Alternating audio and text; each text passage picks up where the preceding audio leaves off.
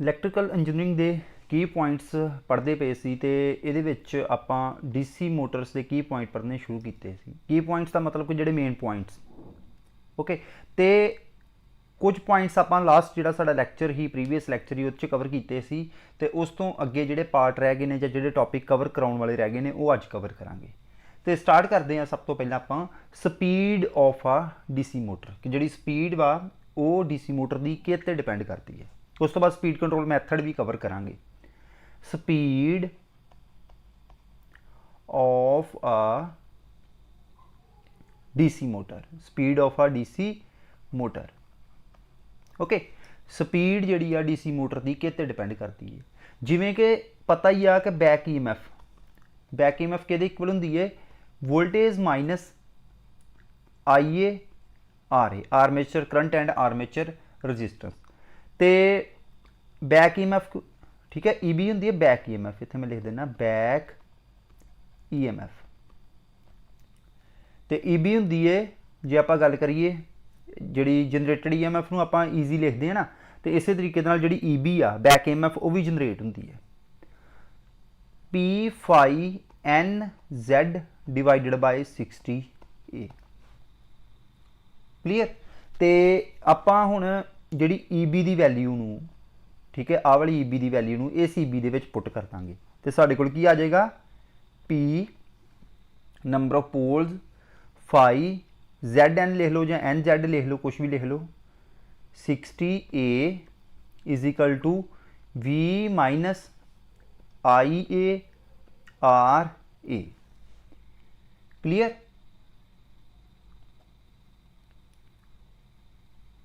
Okay हुण इहदे विच किहड़ियां-किहड़ियां चीज़ां कॉन्सटेंट ने? नंबर ऑफ पोल्स कॉन्सटेंट ने, उस तो बाद number of armature conductor constant ने, उस तो बाद साडे कोल 60 कॉन्सटेंट है, दैन नंबर ऑफ पैरेलल पास, ये सारे की ने कॉन्सटेंट ने इहदे विचों। ओके आपां स्पीड की गल करनी ना, स्पीड नूं आपां इधर रहन दीए, स्पीड एन जिहड़ी आ वो इस साइड ते रह गई है।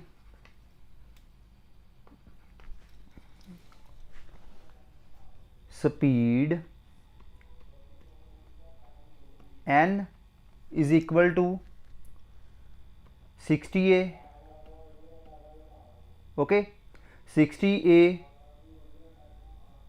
वी माइनस क्योंकि उधर जाके मल्टीप्लाई हो गया I A R A divided by, divide कितना करांगे इनू, एन उधर है गया ए आ जाएगा पी फाई तो जैड ठीक है एन उधर रह गया।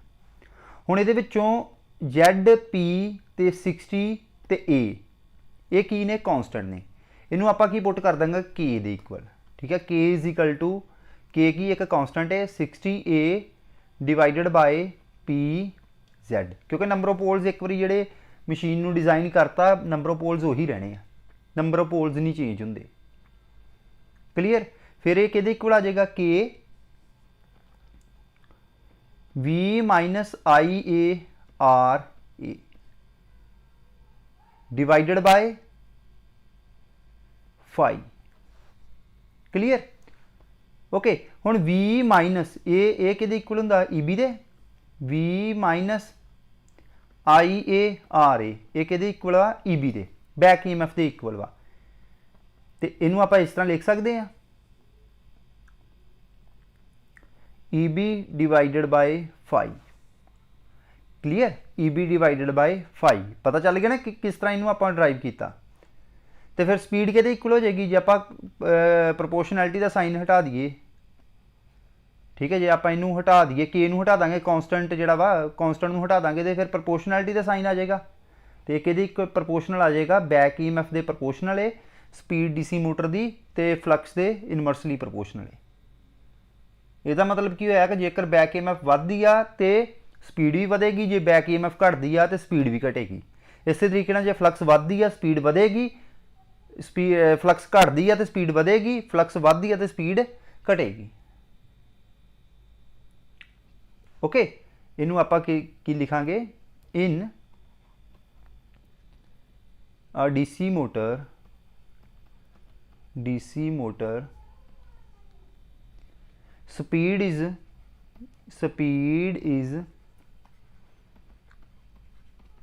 directly proportional to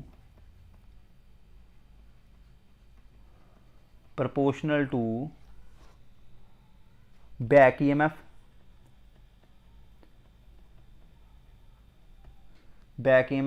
and inversely proportional to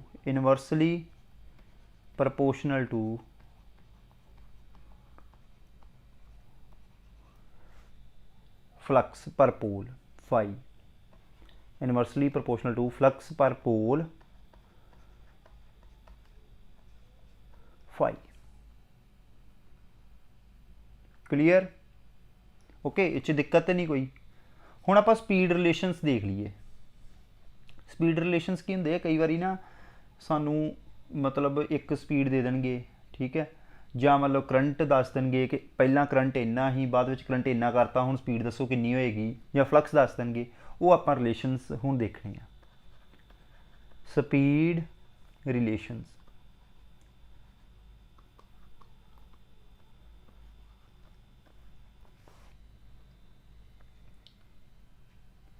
okay. Speed relations दे विच की होएगा कि जिद्दां मान लो एक स्पीड सानू दित्ती है, ठीक है, इनीशियल स्पीड हैगी है साढ़े कोल, ते आपां फाइनल स्पीड। इनीशियल स्पीड का मतलब कि 1500 RPM दित्ती हुई आ, वो कहणगे 1400 RPM जे आपां कर दईए स्पीड नूं, ओहदी बैक EMF किन्नी रह जाएगी या फ्लक्स किन्नी रह जाएगी, उस, ठीक है, उस ਉਹਦੇ अकॉर्डिंगली आपां चीज़ां कढनियां ने, ठीक है। तो जिहड़ी एक स्पीड दित्ती हुई आ, जिद्दां N1 लिखता वा, वो इनीशियल होएगी जिहड़ी सानू गिवन होएगी कि आ चीज़ करनी है। तो N2 भी हो सकता सानू गिवन होवे ते कह देण कि ये बैक EMF किन्नी है, ठीक है, तुहानू दस दिना वा। जिद्दां हुण मान लो N1 EB1 divided bye flux 1, ठीक है। फ्लक्स 1 का मतलब की आ, जो फ्लक्स की वैल्यू 1 ही या फ्लक्स की कोई भी वैल्यू है, तो पहली स्पीड मान लो, पहली स्पीड के उत्ते इहदी वैल्यू कोई होर होएगी, तो दूसरी स्पीड के उत्ते की कहणगे सानू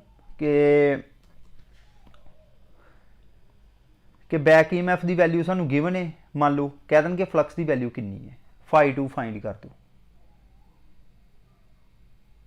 ओके, ਇਹਦਾ ਆਪਾਂ रिलेशन वेखना है की ਹੁੰਦਾ है आपस ਦੇ ਵਿੱਚ, ਇਹਦਾ ਆਪਾਂ रिलेशन फाइंड करना है। कई बार कह ਦਿੰਦੇ ਆ जी प्रैक्टिकली फ्लक्स जी है दोनों केसिस के कॉन्सटेंट है, स्पीड फिर भी घट गई है, तो बैक EMF की वैल्यू नू कैलकुलेट करके दस दो, ठीक है। एक ही आ जाएगा N1 divided by N2, N1 divided by N2 EB1 divided by EB2 multiply by φ2 divided by φ1। बस सिंपली आपां इनू बटे च लिख लिया ही, उहदे करके अब साडे कोल ये इक्वेशन जिहड़ी आ गई है। ओके, तो जे आपां शंट मोटर की गल कीती करिए, फॉर शंट मोटर, ठीक है। शंट मोटर दे विच तुहानूं दस्सिया है कि फ्लक्स जिहड़ी हुंदी है प्रैक्टिकली कॉन्सटेंट हुंदी है, flux practically remains constant, practically remains constant. Okay, flux ने कॉन्स्टेंट रहना, so that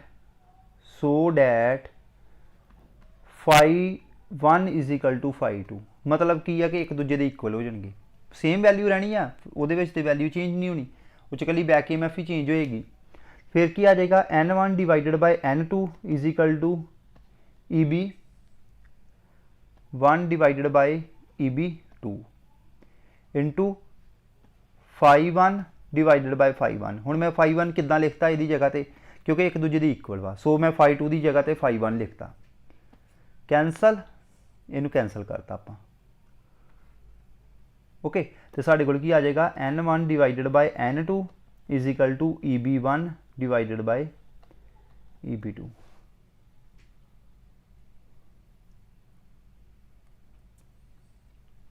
okay, for series motor, for series motor, for series motor. हुण इस केस दे विच की होएगा, N1 divided by N2 is equal to EB1 divided by EB2 multiply by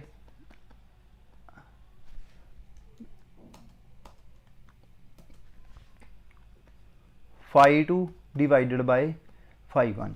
ਹੁਣ ਤੁਹਾਨੂੰ ਦੱਸਿਆ ਹੀ ਕਿ ਜਿਹੜੀ ਫਲਕਸ ਹੁੰਦੀ ਹੈ, ਕਿਉਂਕਿ ਸੀਰੀਜ਼ ਮੋਟਰ ਦੇ ਵਿੱਚ ਕੀ ਹੁੰਦਾ, ਆਰਮੇਚਰ ਦੇ ਸੀਰੀਜ਼ ਦੇ ਵਿੱਚ ਆਪਾਂ ਸੀਰੀਜ਼ ਵਾਈਂਡਿੰਗ ਨੂੰ ਲਗਾਇਆ ਹੁੰਦਾ ਹੈ, ਆਰਮੇਚਰ ਦੇ ਸੀਰੀਜ਼ ਦੇ ਵਿੱਚ ਹੀ ਫੀਲਡ ਵਾਈਂਡਿੰਗ ਜਿਹੜੀ ਲੱਗੀ ਹੁੰਦੀ ਹੈ। ਇਸ ਕਰਕੇ ਜਿਹੜੀ ਫਾਈ ਦੀ ਵੈਲਿਊ ਹੋਏਗੀ, ਫਲਕਸ ਦੀ ਵੈਲਿਊ ਹੋਏਗੀ ਡਾਇਰੈਕਟਲੀ ਪ੍ਰੋਪੋਰਸ਼ਨਲ ਹੋਏਗੀ ਆਈ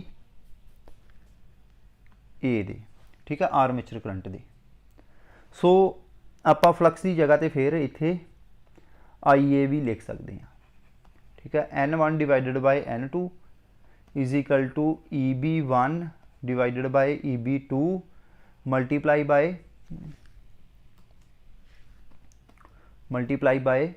IA2 डिवाइडेड बाय IA1। इतों सानू की पता चलिया कि जेकर सानू करंट की वैल्यू दी होवे, फ्लक्स की वैल्यू नहीं भी गिवन, फिर भी आप मतलब स्पीड नू कर सकते हैं। मतलब जे स्पीड 1 कढ़न की जरूरत पै जाए या स्पीड 2 की, ये सानू जे इत्थे ये घट तो घट भी 3 वेरीएबल दिते होणगे, जे 3 नहीं तो फिर 5 दिते होणगे, फिर एक चीज़ कह देंगे फाइंड कर दो तो फाइंड कर लाँगे आप। ओके, नैक्सट है speed regulation. Speed regulation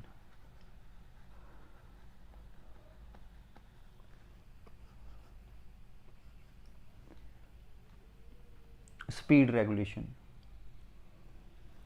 okay, percentage speed regulation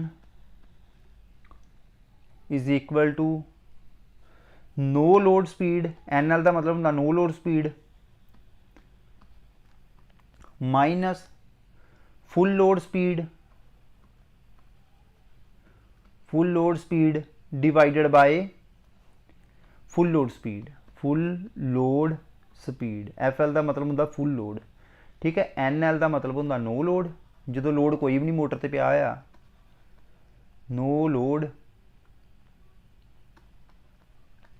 ठीक है। FL का मतलब होंगे फुल लोड, जो आप पूरा लोड पाया है मोटर के उपर, full load, okay, multiply by 100।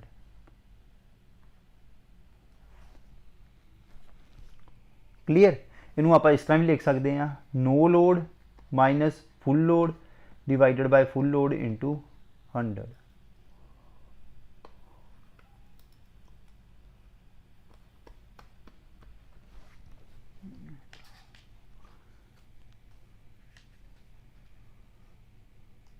Clear, हुण आपां स्पीड कंट्रोल मैथड देख लीए किहड़े-किहड़े हुंदे ने, ठीक है। स्पीड कंट्रोल मैथड, इनू आप हैडिंग देने हैं speed control of DC Motors, ठीक है। जिहड़ियां मेन मोटर आप इंडस्ट्री यूज़ करते हैं वो किहड़ी करते हैं, सीरीज़ एंड शंट, किहड़ी करते हैं, सीरीज़ एंड शंट। हुण गल करिए शंट की, जेकर बैक EMF नूं आपां घटाउंदे पे हैं, हुण जिहड़ी बैक EMF वो किते डिपेंड करेगी, बैक EMF करंट ते डिपेंड करेगी या वोल्टेज ते डिपेंड करेगी। करंट किहड़ा IA, ठीक है ना, या करंट ते डिपेंड करेगी या फिर आप वोल्टेज ते डिपेंड करेगी बैक EMF। जे दोवां चों कोई चीज़ भी घटदी है तो बैक EMF इफेक्ट होएगी, ओके। तो उन्होंने आप हुण डिस्कस करना है। सब तो पहले आप स्पीड कंट्रोल पढ़ते हैं DC शंट मोटर का, speed control of shunt motor, speed control of shunt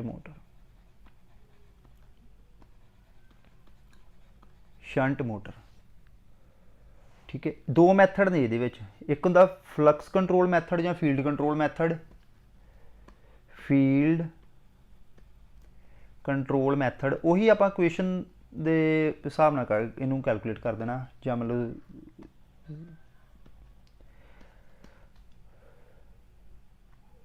okay ਜਦੋਂ ਆਪਾਂ ਫੀਲਡ ਕੰਟਰੋਲ ਮੈਥਡ ਦਾ ਮਤਲਬ ਕੀ ਆ ਫੀਲਡ ਦੇ ਸੀਰੀਜ਼ ਦੇ ਵਿੱਚ ਇੱਕ ਰੈਜ਼ਿਸਟੈਂਸ ਐਡ ਕਰ ਦਾਂਗੇ ਕਰਤੀ ਬਸ ਇਹ ਰੈਜ਼ਿਸਟੈਂਸ ਹੋਏਗੀ ਵੇਰੀਏਬਲ ਇਹ ਵੇਰੀਏਬਲ ਰੈਜ਼ਿਸਟੈਂਸ ਹੈ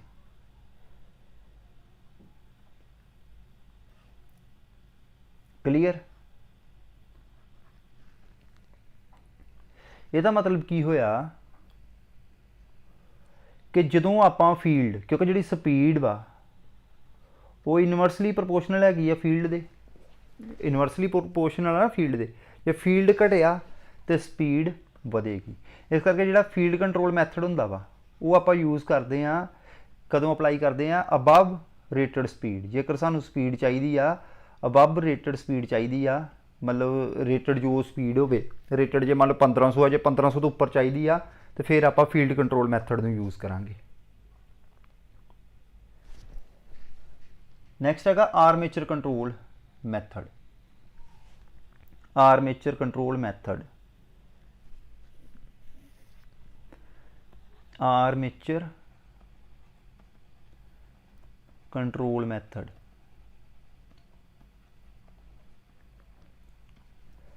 ਓਕੇ ਹੁਣ ਆਰਮੇਚਰ ਕੰਟਰੋਲ ਮੈਥਡ ਦੇ ਵਿੱਚ ਕੀ ਕਰਨਾ ਆਪਾਂ ਬੈਕ ਈਐਮਐਫ ਨੂੰ ਕੰਟਰੋਲ ਕਰਨਾ ਹੁੰਦਾ ਹੈ ਠੀਕ ਹੈ ਇਸ ਕਰਕੇ ਕੀ ਕਰਾਂਗੇ ਆਪਾਂ ਆਰਮੇਚਰ ਦੇ ਸੀਰੀਜ਼ ਦੇ ਵਿੱਚ ਇੱਕ ਰੈਜ਼ਿਸਟੈਂਸ ਨੂੰ ਐਡ ਕਰ ਦਾਂਗੇ ਇੱਕ ਰੈਜ਼ਿਸਟੈਂਸ ਕਿੱਥੇ ਐਡ ਹੋਗੀ ਆਰਮੇਚਰ ਦੇ ਸੀਰੀਜ਼ ਦੇ ਵਿੱਚ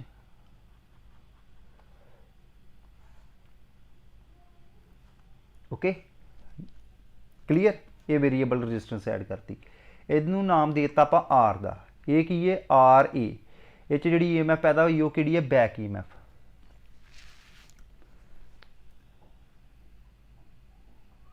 ਓਕੇ ਤੇ ਇਹਦੇ ਵਿੱਚ ਸਿੰਪਲੀ ਕੀ ਕਰਾਂਗੇ ਆਪਾਂ ਬੈਕ ਈਐਮਐਫ ਦੇ ਡਾਇਰੈਕਟਲੀ ਪ੍ਰੋਪੋਰਸ਼ਨਲ ਸਪੀਡ ਜਿਹੜੀ ਆ ਡਾਇਰੈਕਟਲੀ ਪ੍ਰੋਪੋਰਸ਼ਨਲ ਕਿਹਦੇ ਆ ਬੈਕ ਈਐਮਐਫ ਦੇ ਈਬੀ ਦੇ ਤੇ ਈਬੀ ਕਿਹਦੇ ਇਕੁਅਲ ਹੁੰਦਾ ਹੈ ਵੀ minus I A R A ਹੁਣ ਰੈਜ਼ਿਸਟੈਂਸ ਕਿੰਨੀਆਂ ਹੋ ਗਈਆਂ 2 मतलब लॉस वध गए सिंपल ठीक है I A R A plus R ठीक है जिहदे नाल की हो जाएगा बैक ईएमएफ घट जाएगी क्योंकि लॉस जो वोल्टेज के माइनस होए तो बैक ईएमएफ घट गई तो बैक ईएमएफ घटन दे नाल क्योंकि जिहड़ी स्पीड वा डायरैक्टली प्रोपोर्शनल है बैक ईएमएफ से ओके बैक ईएमएफ घटन दे नाल की होएगा कि जिहड़ी साडी स्पीड भी घट जाएगी जो सानू स्पीड घट चाहिए आ रेटेड स्पीड तो मतलब बिलो रेटेड स्पीड जे सानू चाहिए आ ठीक है आप इत्थे लिख सकते हैं this method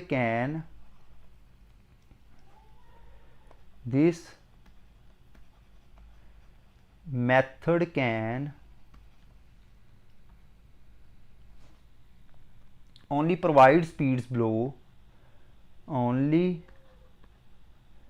provides speed below the normal speed below the normal or rated speed normal or rated speed okay उत्थे आपां की अप्लाई करांगे आर्मेचर कंट्रोल मैथड इस तरीके नाल डीसी सीरीज मोटर का भी सेम ही आ उत्थे भी तुसीं इदां ही कर सकते जे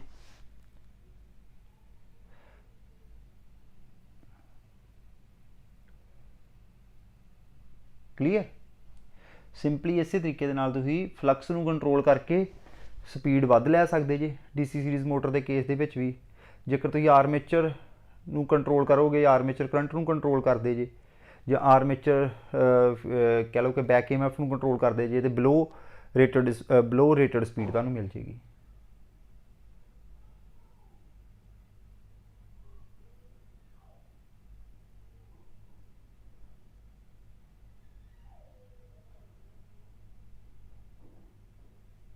क्लीयर इस कोई प्रॉब्लम तो नहीं है सिंपल ही है नैक्सट की है speed control of DC series Motors. Okay, ये भी उस तरीके दे नाल ही आ। एक फ्लक्स कंट्रोल मैथड है जिन्होंने आप फील्ड कंट्रोल मैथड भी आखते हैं। फील्ड कंट्रोल मैथड है। ओके, तो एक की है साढ़े कोल आर्मेचर कंट्रोल मैथड है जहाँ, ठीक है, आर्मेचर कंट्रोल मैथड, ठीक है। हुण इहदे विच भी आपां किसी भी तरीके दे नाल जे मान लो बिलो रेटेड स्पीड चाहिदी आ तो आपां फील्ड नूं वीक करना है। फील्ड नूं किदां वीक करांगे? सपोज करो कि आ मोटर है डीसी ते इहदे सीरीज़ दे विच एक फील्ड लगा होया है। ओके, इत्थे आपां एक टैपिंग कर दांगे। टैपिंग दे नाल की आपां फ्लक्स नूं कंट्रोल कर लांगे। टैपिंग का मतलब की हुंदा कि MMF किहदे इक्वल हुंदी है? N इंटू आई दे। MMF किहदे इक्वल हुंदी है? N इंटू आई दे। तो जे नंबर ऑफ टर्नस घटणगियां तो MMF घटेगी, तो जे MMF घटी तो फ्लक्स घट जाएगी। जे फ्लक्स घट गई तो स्पीड जिहड़ी आ वो इनक्रीज़ हो जाएगी। क्लीयर? इस तरीके दे नाल आपां स्पीड नूं कंट्रोल कर सकते हैं।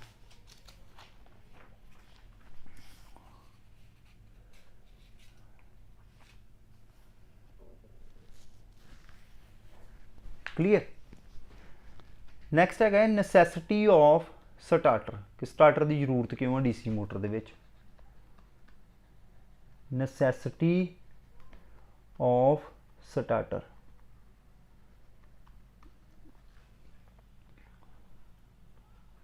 ठीक है। डीसी मोटर दे विच ना आपां स्टार्टर नूं यूज़ करते हैं। जे आपां स्टार्टर नूं ना यूज़ करांगे जिहड़ी साडा स्टार्टर है, जिहड़ी साडी मोटर है वो डैमेज हो जाएगी, सड़ जाएगी। ਉਹਦਾ ਹੁਣ ਕਾਰਨ ਸਮਝਾਂਗੇ ਕਿ ਉਹ ਮੋਟਰ ਕਿਉਂ ਸੜ ਜਾਂਦੀ ਹੈ, ਕੀ ਰੀਜ਼ਨ ਹੈ। ਹੁਣ ਦੇਖੋ ਜਿਹੜਾ ਆਰਮੇਚਰ ਕਰੰਟ ਹੈ, ਕਿਉਂਕਿ ਜਿਹੜਾ ਕਰੰਟ ਹੈ ਉਹਨੇ ਹੀ ਲੌਸਿਸ ਕਰਨੇ ਆ, ਉਹੀ ਲੌਸਿਸ ਦਾ ਕਾਰਨ ਬਣੇਗਾ। ਤੇ ਇੱਕ ਇਹਦੀ ਇਕੁਏਸ਼ਨ ਜੇ ਆਪਾਂ ਵੇਖੀਏ ਕੀ ਹੁੰਦੀ ਹੈ, EB divided by RA।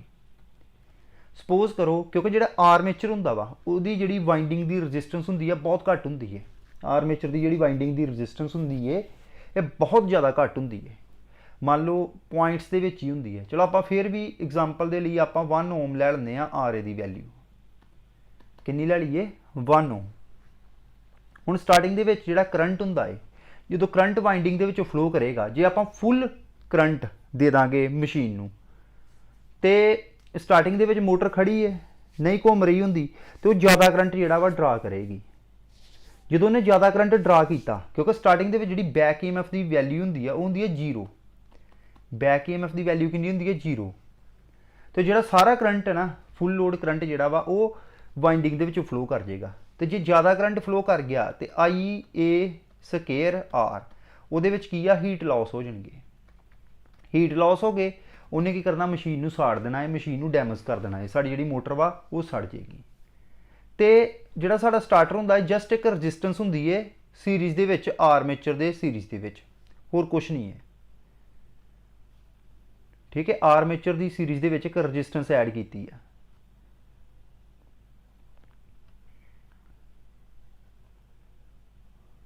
Okay, एक रजिस्टेंस ऐड की है।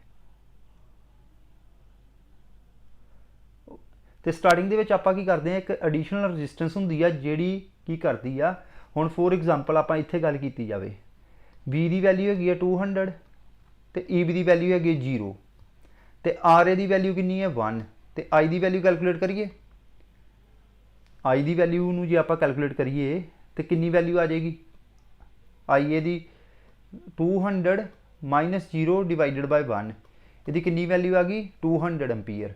200 एम्पीयर का मतलब की हो गया कि जे आप इसका स्क्वेयर कर लीए, ठीक है, लॉस कड्ढण दे लई इंटू 1 रजिस्टेंस की वैल्यू इत्थे कितनी है RA की वैल्यू 1 है तो कितना आ जाएगा लगभग ये वैल्यू आ जाएगी 40,000 इंटू 1 मतलब 40,000 वाट लॉसिस हो जाएंगे। तो जिहदे करके की होएगा मशीन साड़ी सड़ जाएगी। Starting they which back EMF की वैल्यू कितनी होंदी है 0। फिर आप की करते एक रजिस्टेंस सीरीज़ के ऐड कर दें। मान लो इस रजिस्टेंस की वैल्यू हैगी है लगभग 199 ओम। ठीक है, कितनी है जी हूँ आप ये वाली आर ऐड की है, यदी वैल्यू कितनी है 199 ओम। ओके, आइए 200 माइनस 0 डिवाइडेड बाय 1 प्लस 199, ये कितना हो गया 200 बटा 200। स्टार्टिंग के फिर करंट कितना फ्लो किया वाइंडिंग के विचों, कितना फ्लो करेगा 1 एम्पीयर। जो 1 एम्पीयर करंट फ्लो किया उहदे नाल की आ मोटर ने घूमना स्टार्ट कर देना है। तो जो मोटर घूमी तो जोड़े आर्मेचर के कंडक्टर ने उन्होंने फील्ड के नाल कट करना है, तो वो एक EMF पैदा हो जानी है, उन्होंने की कहते हैं बैक EMF। तो आप की करना रजिस्टेंस को हौली हौली कटद्या जीरो कर देना है एंड के उत्ते।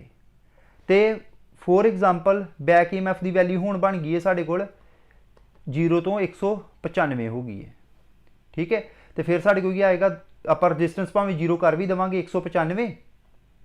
ठीक है, 195 बटा 1 किन्ने करंट फिर लेगी मशीन साड़ी 5 एम्पीयर। तो नसैसिटी की होगी स्टार्टर की कि स्टार्टिंग के बैक EMF की वैल्यू 0 होंगी है, इस करके आप आर्मेचर के सीरीज़ के एक रजिस्टेंस मतलब लगा दें। तो रजिस्टेंस की करती है स्टार्टिंग करंट को लिमिट कर देंगी है। लिमिट ही करता ना, कितने 200 एम्पीयर लैन दी बैक EMF 0 ही जो, तो कितने बाद में 1 एम्पीयर लैना उन्हें शुरू करता। तो जो मशीन एक बारी स्पीड में पिक कर लेंदी है तो फिर वो बैक EMF जी पैदा हो जाती है। तो उस तो बाद आप करते हैं रजिस्टेंस को आप डिसकनैक्ट कर दें उस सर्किट के विचों। तो फिर सारा करंट जोड़ा वा वो फ्लो करना शुरू हो जाता है मोटर के विचों, क्योंकि हुण बैक EMF बन गई है। इस करके किसी भी तरीके का जोड़ा वा मशीन को खराब होने या सड़न का खतरा जोड़ा खत्म हो जाता है। इस करके आप स्टार्टर को यूज़ करते हैं। ओके, क्लीयर है, कोई दिक्कत नहीं ये। सिंपल है, कोई खास गल तो करवाई नहीं ये मैं, सिंपल सिंपल चीज़ां करते पे आप।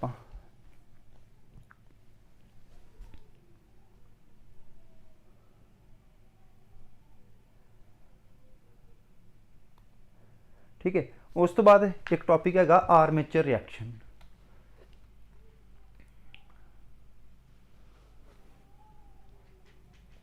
Armature reaction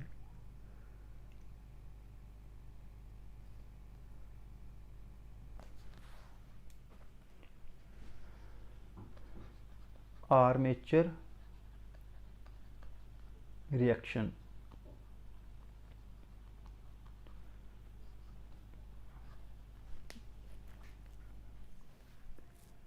okay, armature reaction की होंगी है द इफैक्ट ऑफ साढ़े को दो फील्ड होंगे है ना। एक तो दसिया बैक EMF, जो बैक EMF करके सर्किट के करंट फ्लो करेगा, आर्मेचर के भी करंट फ्लो करना ही आ, वो भी कोई ना कोई फील्ड बनाएगा ही। The effect of armature field on armature field और फ्लक्स ऑन मेन फील्ड और फ्लक्स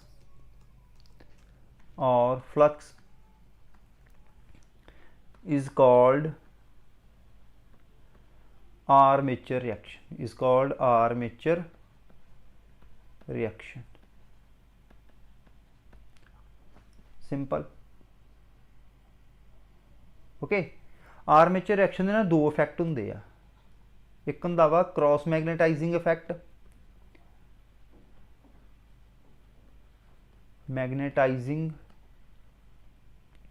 इफैक्ट, जोड़ा क्रॉस मैगनेटाइजिंग इफैक्ट होंदा वा ये जोड़ा साडा मेन फील्ड है ठीक है, उन्होंने डिस्टॉर्ट कर दिंदा है। की करता है, उन्होंने डिस्टॉर्ट कर देगा। ठीक है, दूजा इफैक्ट की है डीमैगनेटाइजिंग इफैक्ट। पहला किहड़ा है क्रॉस मैगनेटाइजिंग इफैक्ट, दूसरा की है डीमैगनेटाइजिंग इफैक्ट। ठीक है, डीमैगनेटाइजिंग इफैक्ट की करता है, मेन फील्ड की स्ट्रैंथ को वीक कर दिंदा है। It weakens the main field, it weakens the main field. ठीक है, ये दो इफैक्ट ने।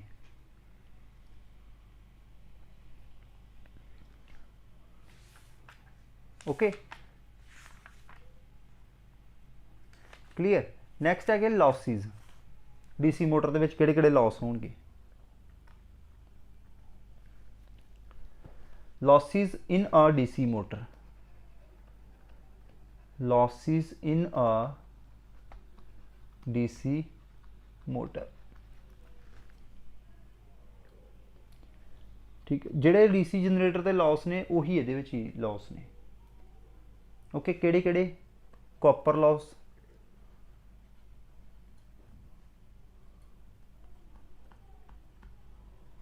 कॉपर लॉसिज, उस तो बाद mechanical losses, mechanical losses, then iron losses, iron losses, ये लॉसिज होंगे। ठीक है, नैक्सट है efficiency. Efficiency of a DC motor.